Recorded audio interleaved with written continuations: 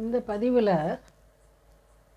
திருமண தடை அல்லது திருமணமான பிறகு பிரிவை ஏற்படுத்தும் ஒரு தோஷம் பற்றி நம்ம பார்க்க போகிறோம். அதுக்கு ஒரு ஜாதகம் எடுத்திருக்கேன்.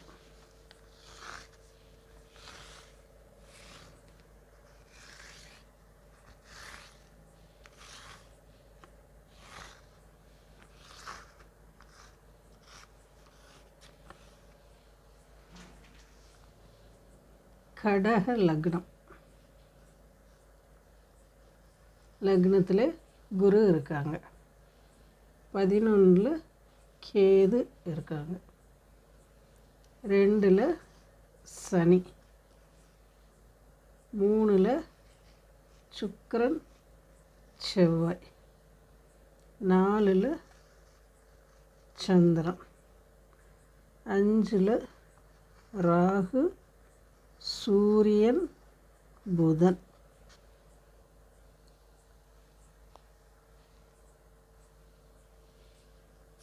இந்த ஜாதகத்தில் தான் நம்ம அந்த திருமண தடை அல்லது திருமண பிரிவை உண்டாக்கும் ஒரு தோஷத்தை நம்ம பார்க்க போகிறோம். இப்போ இந்த ஜாதகர் பிறந்தது கடக லக்னம். இந்த கடக லக்னத்திலேயே குரு இருக்காங்க. அப்போ இங்கே குரு உச்சமாக இருக்காங்க. இப்போ நம்ம இந்த ஜாதகத்தில் திருமண பிரிவு, திருமண தோஷங்கள் இதை ஏற்படுத்தும் கிரகநிலை காரணங்களை கண்டுபிடிக்கிறோம். இப்போ 7வது வீடு திருமண உறவை சொல்லும் கணவன் அல்லது மனைவி. இந்த ஜாதகர் ஒரு பெண்.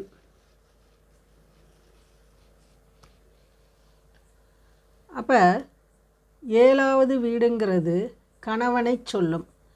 இந்த 7வது வீட்டுக்கு உரியவரே 8வது வீட்டுக்கும் உரியவராக இருக்கார், அதாவது சனி பகவான். இந்த 7க்கு 8க்கு உரிய சனி பகவான் எங்கே இருக்காங்க? 2வது வீட்டில் இருக்காங்க. அப்போ 2வது வீட்டில் சனி பகவான் இருக்காங்க.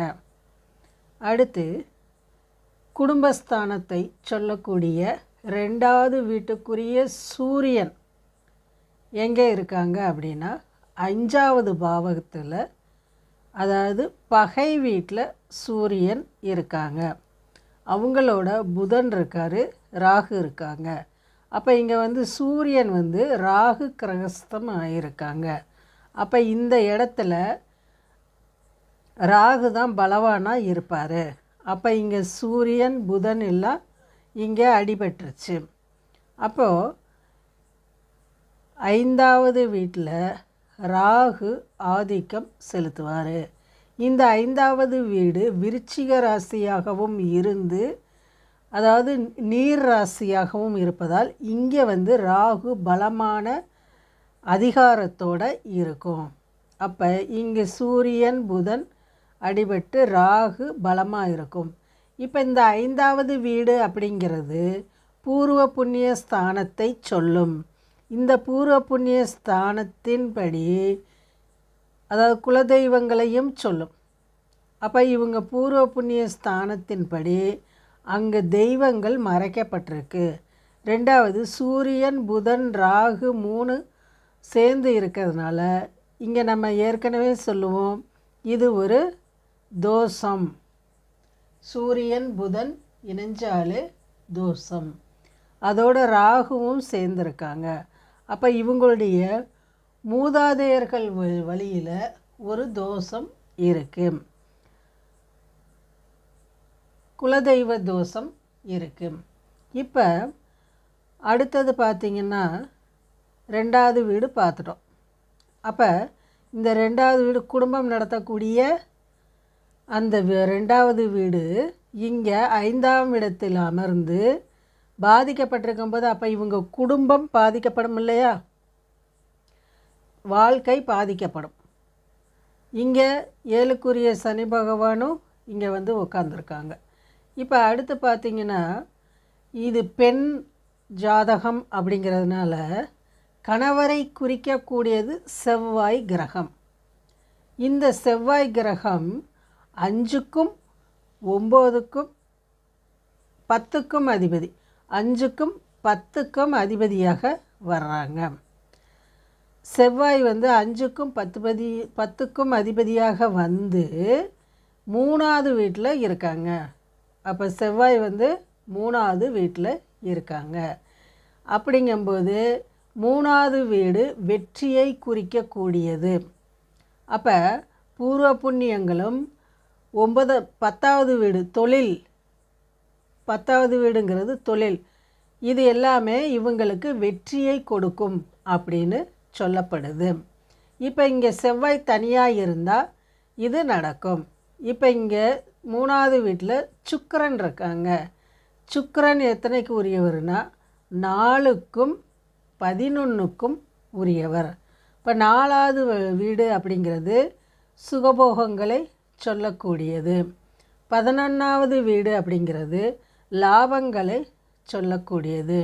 அப்போ இப்போ இந்த லக்னம் வந்து சரலக்னமாக இருக்குது. சரலக்னத்துக்கு 11ஆம் அதிபதி பாதகாதிபதியாகவும் வந்துடுறார். அப்போ இங்கே இந்த கிரகத்துக்கு 2 வீட்டில் ஒரு வீடு நன்மையை செய்து ஒரு வீடு கெடுதலை செய்யும். அப்போ ஒரு வீடு நன்மையை செய்யும்னா என்ன ஆகும் அப்படின்னா, இது 4வது வீட்டுக்கு அதிபதி அப்படிங்கும்போது சுக்கிரன் 4வது வீட்டுக்கு அதிபதியாக இருக்கிறதுனால வீடு வாசல் சுகபோகங்களை கொடுப்பார். அதே இது 11வது வீட்டுக்கு பாதகாதிபதியாகவும் ஆகி 3வது வீட்டில் இருக்கிறாங்க அப்படிங்கும்போது பாதி சுகங்களை கெடுத்து விடுவார். அதாவது ஒரு பாதி நல்ல சுகபோக வாழ்க்கை சுகங்களை கொடுத்து ஒரு பாதி சுகங்களை கொடுக்க மாட்டார்.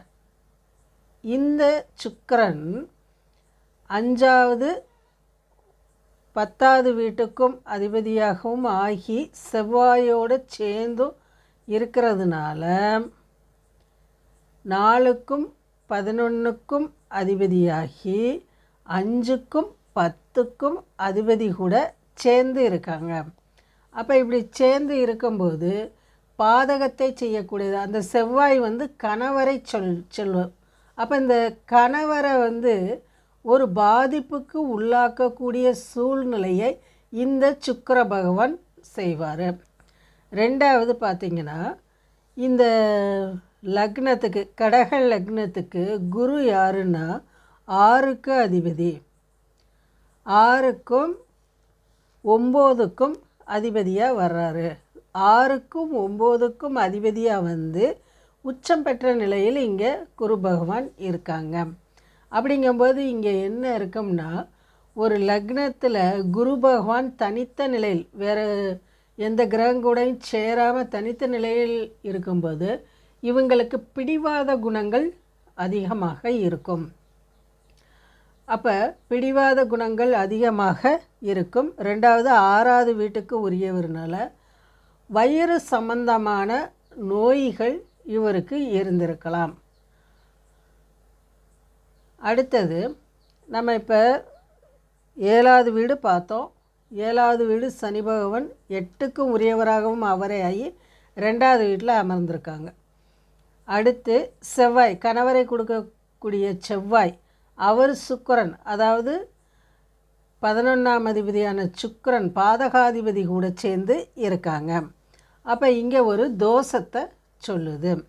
அடுத்து இந்த சனி பகவான் என்ன செய்கிறாங்க அப்படின்னா, லக்னத்துக்கு 4ல் சந்திரன் இருக்காங்க, சந்திர ராசி. அப்போ இந்த 2வது வீட்டில் இருக்க சனி பகவான் தனது 3வது பார்வையாக சந்திரனை பார்க்குறாரு. அப்போ இந்த சந்திரனை பார்க்கும்போது இங்கே ஒரு தோஷம் ஏற்படுகிறது. சனி சந்திரன் இணைவு ஒரு தோஷத்தை உண்டு பண்ணும். அது என்ன தோஷம் அப்படின்னா புனர்பூ தோஷம்.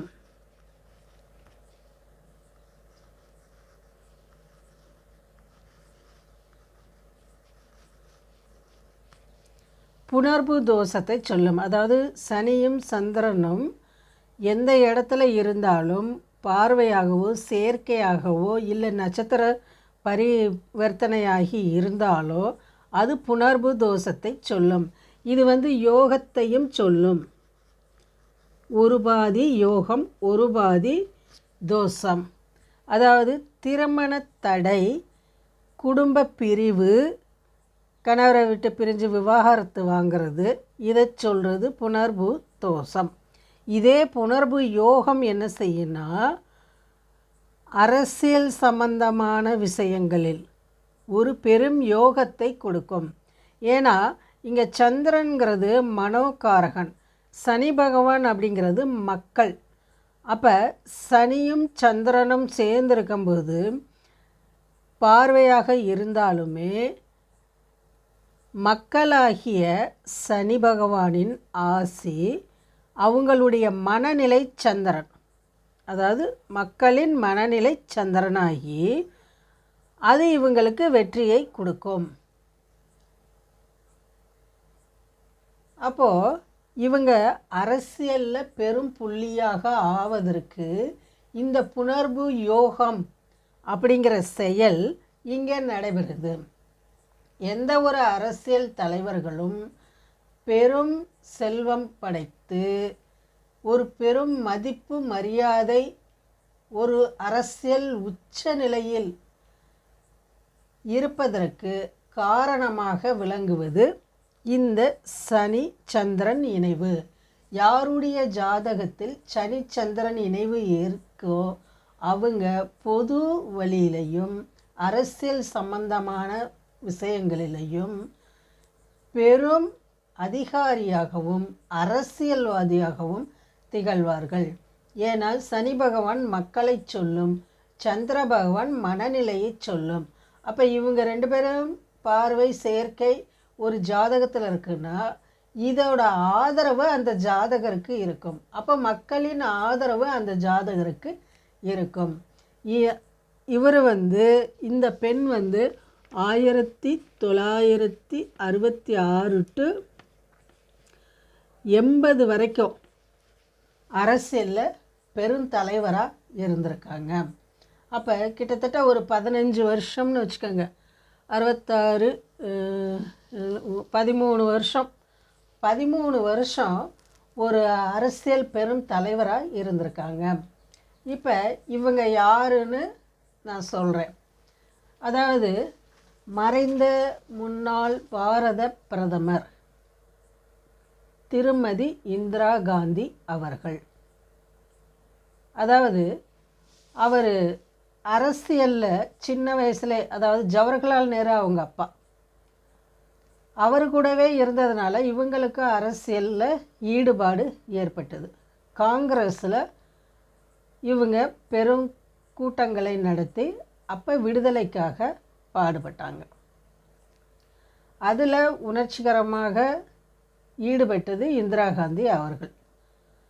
அப்படி இருக்கும்போது இவருக்கு இன்னொரு விஷயமும் நான் சொல்கிறேன். 5ல் ராகு இருக்குது.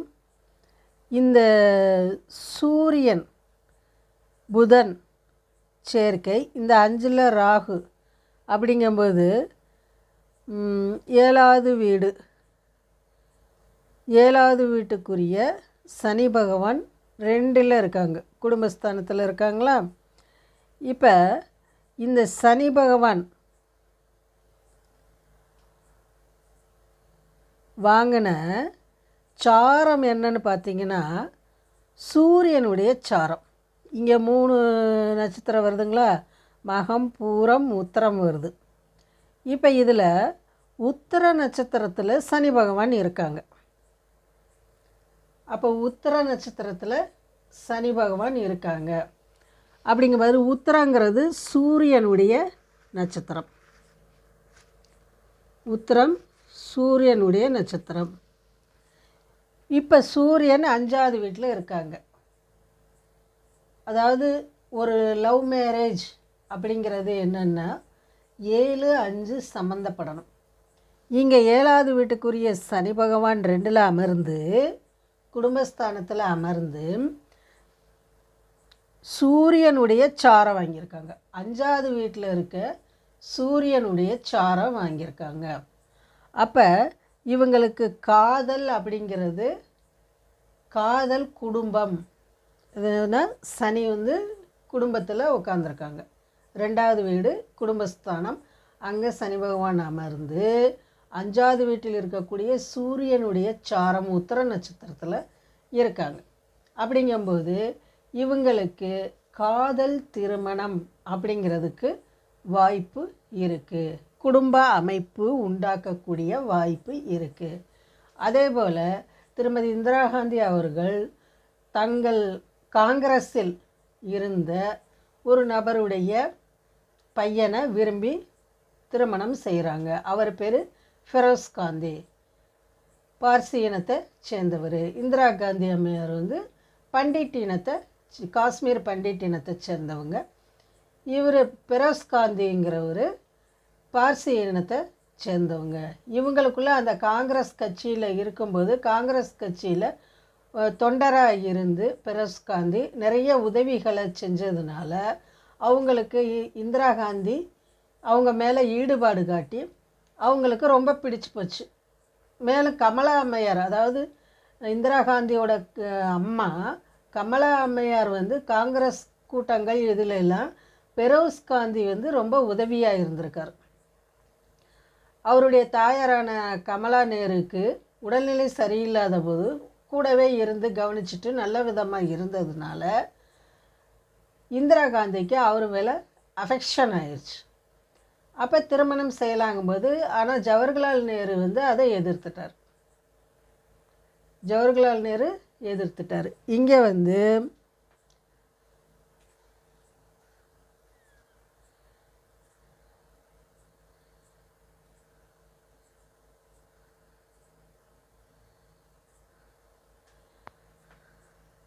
ஐந்தாவது வீட்டில் ராகு சேர்ந்து இருக்காங்க இல்லையா? அப்போ ராகு வந்து கெடுத்து விடும் வேலையை செய்யும். ராகு கெடுத்து விடும் வேலையை செய்யும்போது அப்போ 5ஆம் வீட்டுக்கு இருக்கக்கூடிய சூரியனுடைய சாரத்தை வாங்கி 7ஆம் அதிபதி 2வது வீட்டில் அமர்ந்து இருக்காங்க. அதை கெடுக்கிறதுக்கான வழியை செய்யும். அதே போல் இந்த சனி சந்திரன் பார்வை 2வது வீட்டில் இருக்க சனி 4வது வீட்டில் இருக்க சந்திரன் பார்க்கும்போது புணர்வு தோஷம், திருமண தடை, திருமண உறவுகளில் பிரிவு இதை ஏற்படுத்தும். அப்படி தான் திருமண தடையை ஏற்படுத்தியிருக்கு. ஃபெரோஸ் காந்தியும் திருமதி இந்திரா காந்தி அம்மையாரும் காதலில் இருக்கும்போது ஜவஹர்லால் நேரு அவர்கள் அவர்களை பிரிப்பதற்கான வேலையை செய்திருக்கார். ஆனால் அதை பிரிக்க முடியலை. நீங்கள் பிரிச்சிங்கன்னா நாங்கள் தனியாக போய் திருமணம் செய்துக்குவோம் அப்படின்னு ரொம்ப தடாலடியாக இந்திரா காந்தி அம்மையார் பேசியிருக்காரு. அதுதான் சொன்னேன், லக்னத்தில் குரு இருந்தால், லக்னத்தில் குரு இருக்கும்போது இவங்க யாருடைய பேச்சையும் கேட்க மாட்டாங்க. தான் எடுக்கிறது தான் முடிவு அப்படின்னு இருப்பாங்க. அதே மாதிரியே இந்திரா காந்தி அம்மையார் அவருடைய காதலில் உறுதியாக இருந்தாங்க. அப்படி காதலில் உறுதியாக இருக்கவும் ஜவஹர்லால் நேரு அவங்களுக்கு திருமணம் செய்து வச்சிட்டாரு. அப்போ திருமணம் செய்து வைக்கும்போது இவர்களுக்கு ஆரம்பத்தில் திருமண உறவு நன்றாகவே இருந்தது. ஃபெரோஸ் காந்தி வந்து காங்கிரஸில் இருந்தார், ஒரு பத்திரிகையாளராகவும் இருந்தார், நாடாளுமன்றத்தில் ஒரு உறுப்பினராகவும் இருந்தார். அப்படி இருக்கும்போது இவருடைய அப்பா மெரைன் இன்ஜினியர், ஃபெரோஸ் காந்தியின் அப்பா மெரைன் இன்ஜினியராக இருந்தார் ஆங்கிலேயர்கள்ட்ட. அப்படிங்கும்போது நல்ல வசதியான குடும்பம்தான். இந்திரா காந்தி அம்மையாருக்கு வசதி குறைவான சம்மந்தம் இல்லை. அதனால் 2 பேர்த்துக்குமே பிடிச்சி போய் தான் திருமணம் பண்ணிட்டாங்க. 2 குழந்தைகள் பிறந்தது. அந்த ஆண் குழந்தைகள் 2 குழந்தைகள் பிறந்ததுக்கு பின்னாடி இவங்களுக்குள்ள பிரிவினை வந்தது. ராஜீவ் காந்தி, சஞ்சய் காந்தி 2 பேர் உங்களுக்கு தெரியும். அவங்க பிறந்ததுக்கு பின்னாடி இவர் அரசியலில் இருந்துக்கிட்டே, காங்கிரஸில் இருந்துக்கிட்டே, அவங்க அப்பாவும் காங்கிரஸில் தானே இருந்தாங்க, ஜவஹர்லால் நேரு. அப்படி இருக்கும்போது என்ன நடந்தது அப்படின்னா, இந்த ஃபெரோஸ் காந்தி வந்து செய்தியாளராகவும் இருந்திருக்காங்க இல்லையா? அப்போ அவருடைய ஜவஹர்லால் நேருவின் ஆட்சியை பற்றி சில அபிப்பிராயங்களை அவர் பத்திரிக்கையில் எழுத ஆரம்பித்தார்.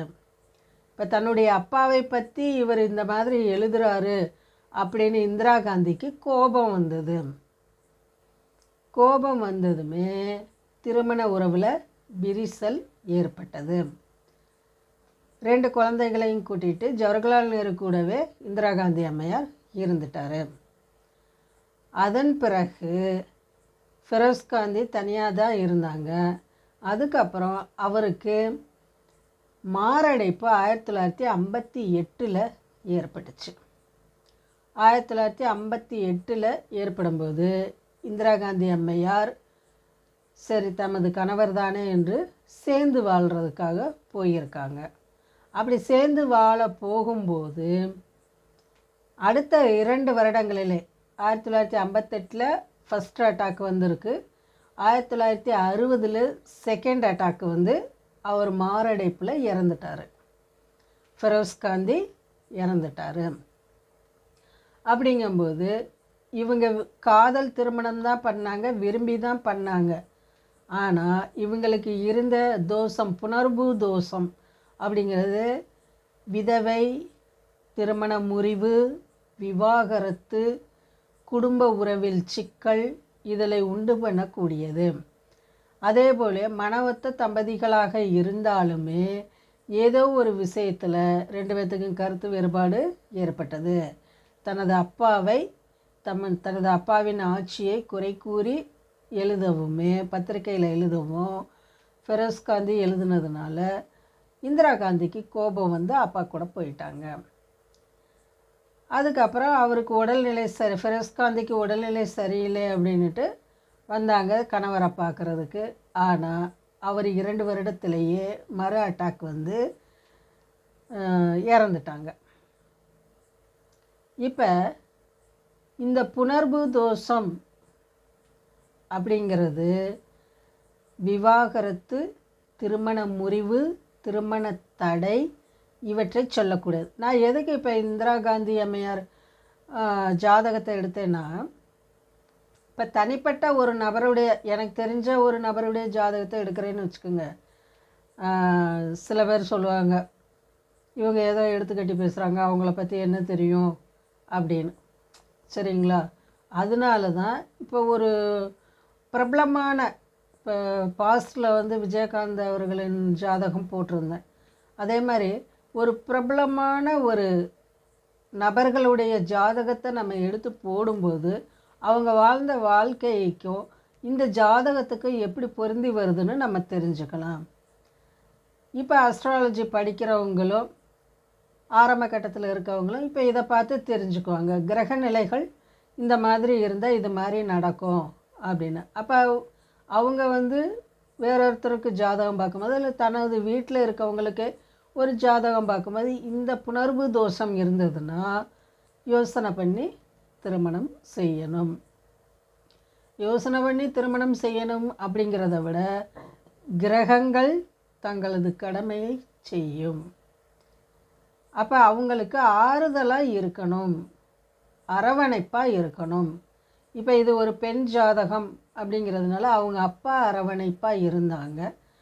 அதே போல் அந்த வாரிசு அரசியல், அதாவது ஜவஹர்லால் நேருக்கு அடுத்து இவர் தான் கிட்டத்தட்ட 13 வருடங்கள் பிரதமராக இருந்தார், இரும்பு பெண்மணின்னு அழைக்கக்கூடிய அளவுக்கு. அப்படிங்கும்போது அந்த அளவுக்கு அவர் மன உறுதி, தன்னுடைய காதலிலும் சரி அரசியல் வாழ்க்கையிலும் மன உறுதியோடு இருந்தார். அப்படின்னா கடகராசியில் குரு பகவான் உச்சமாக இருந்தது ஒரு காரணம்.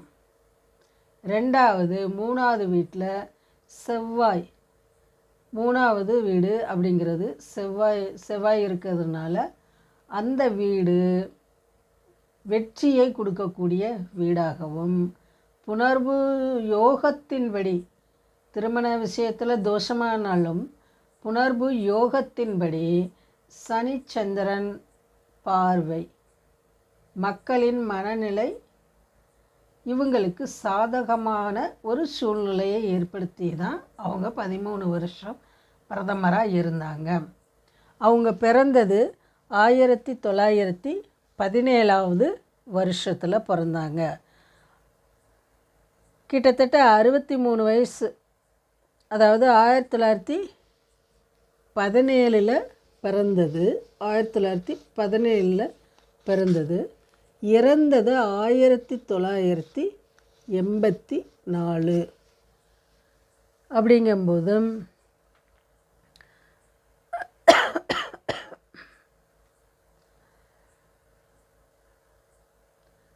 கிட்டத்தட்ட 67 வயசில் இந்திரா காந்தி அம்மையார் இறந்துருக்காங்க. 17, 20, 30, 40, 50, 60, 60, அதில் ஒரு 3, 63, இதில் ஒரு 4, 67 வயது. 67 வயசில் இந்திரா காந்தி அம்மையார் இறந்தார். அதுவும் எப்படி இறந்தாங்கன்னு உங்களுக்கே தெரியும், துப்பாக்கி சூடு, அகால மரணம். நான் சொன்னேன் இல்லையா, 5வது வீடு பாதிக்கப்பட்டிருக்கு, இங்கே ராகு தான் பலமாக இருக்குது. 5வது வீடு பாதிக்கப்பட்டிருக்குனாலே பூர்வ புண்ணியம் கெட்டு இருக்குது. அப்போ இந்த அம்மையாருடைய அகால மரணத்திற்கு இதுவும் ஒரு காரணமாகவும் இருக்குது. 2வது பார்த்திங்கன்னா 7, 8க்கு உரியவர் சனி பகவான் 2வது வீட்டில் இருக்காங்க. அதாவது குடும்பத்துக்குள்ளேயே இருக்க ஒரு நபரால் அவங்களுக்கு பிரச்சனையை கொடுக்கக்கூடியதாகவும் இருக்கும். அப்படிங்கும்போது 8 பாதகாதிபதி மாரகாதிபதி,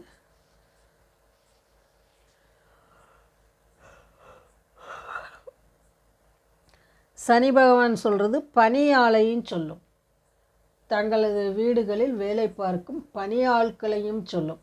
அப்போ தன்னோட வீட்டில் இருக்க பணியாளாலேயே இவங்களுக்கு மரணம் வந்திருக்கு. அப்படிங்கும்போது அந்த 8க்குரிய சனி பகவான்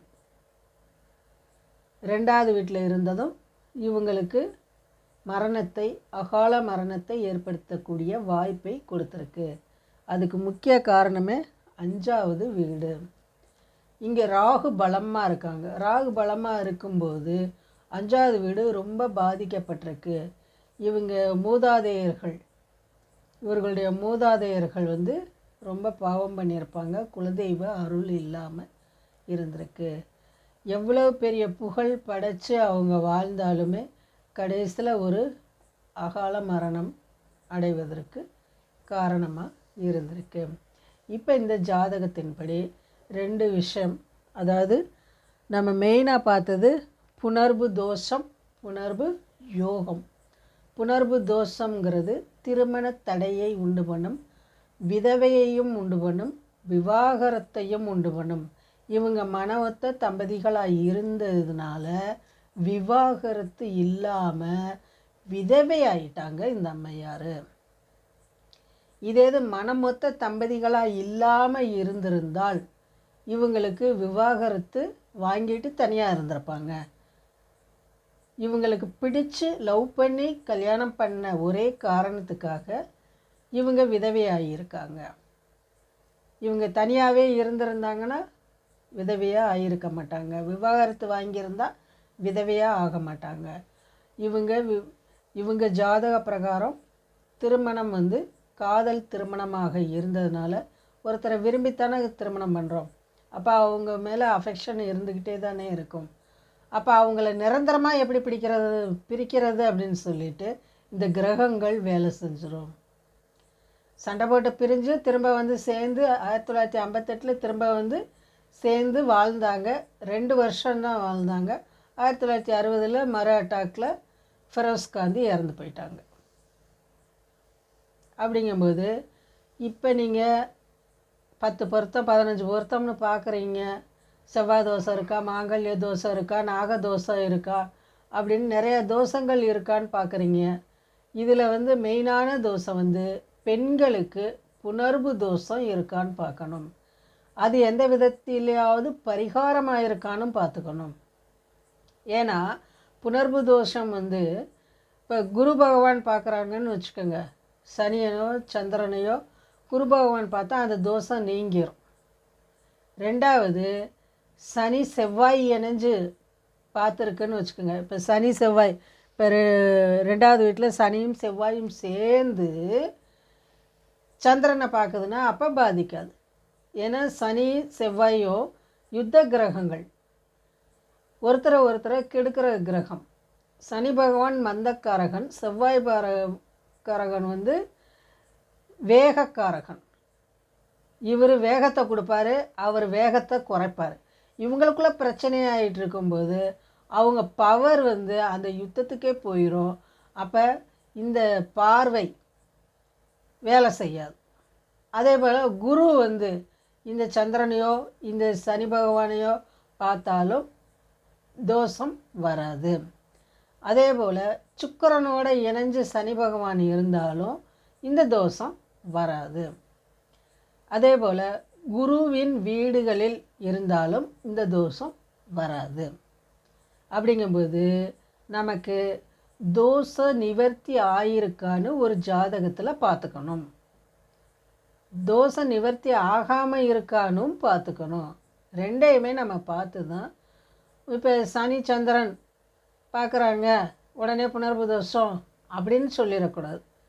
அது நிவர்த்தி ஆகிருக்கா, வேறு நல்ல கிரகங்கள் ஒளி கிரகங்கள் பார்க்குதா, அது தோஷ நிவர்த்தி ஆகிருக்கான்னு பார்த்துக்கணும். அப்படி பார்த்துட்டு பெண்களுக்கு திருமணம் செய்யலாம். இதில் வந்து இன்னொன்று சொல்லணுன்னா செவ்வாயையும் பார்த்துக்கணும். செவ்வாயும் இந்த திருமணத் தடையை உண்டு பண்ணக்கூடிய விஷயத்தை பண்ணுவாங்க. செவ்வாய் சனி சேர்க்கை அல்லது செவ்வாய் கேது சேர்க்கை இதெல்லாம் இருக்குது. இப்போ நம்ம புணர்வு தோஷம் பற்றி இதில் பார்த்துருக்கோம். தோஷம் யோகம்.